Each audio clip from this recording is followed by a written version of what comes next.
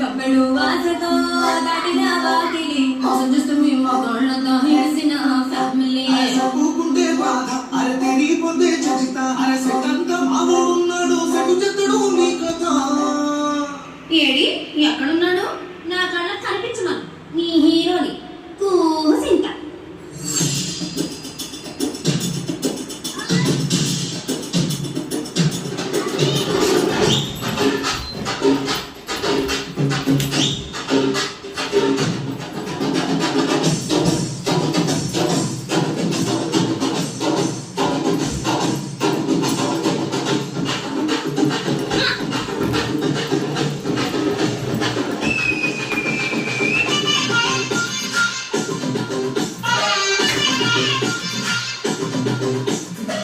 పన్నెండు డబ్బాల ప్యాసింజరు బండికి